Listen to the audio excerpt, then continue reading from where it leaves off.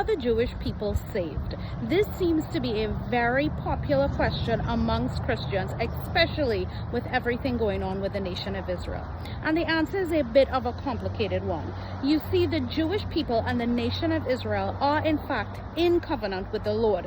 You can read more details about this in Genesis 12, Genesis 15, and I believe Genesis 17. The land of Israel belongs to them. It was given to them by God. And truthfully, anyone who were to try to divide that land, or who has divided that land, would answer to God, and it would not be a pretty situation. Now, moving on from there, the question of salvation. God has a plan for all of mankind, and that plan has a name. His name is Jesus. Anyone who were to die without knowing Jesus will not make it to heaven, regardless if they are Jew or Gentile. So prior to Jesus coming to the earth to die for our sins in the time of the Old Testament, anyone who were to live a righteous life and have a relationship with Yahweh would go to heaven. That is before Jesus came to the earth. After Jesus came to the earth, to present day and even going into the future, you only have a shot at heaven. You only have a guarantee of heaven, I should say, if he is Lord of your life. So what happens to a Jewish person if they don't know the Lord after Jesus has come to the earth? If they don't know Jesus as Lord?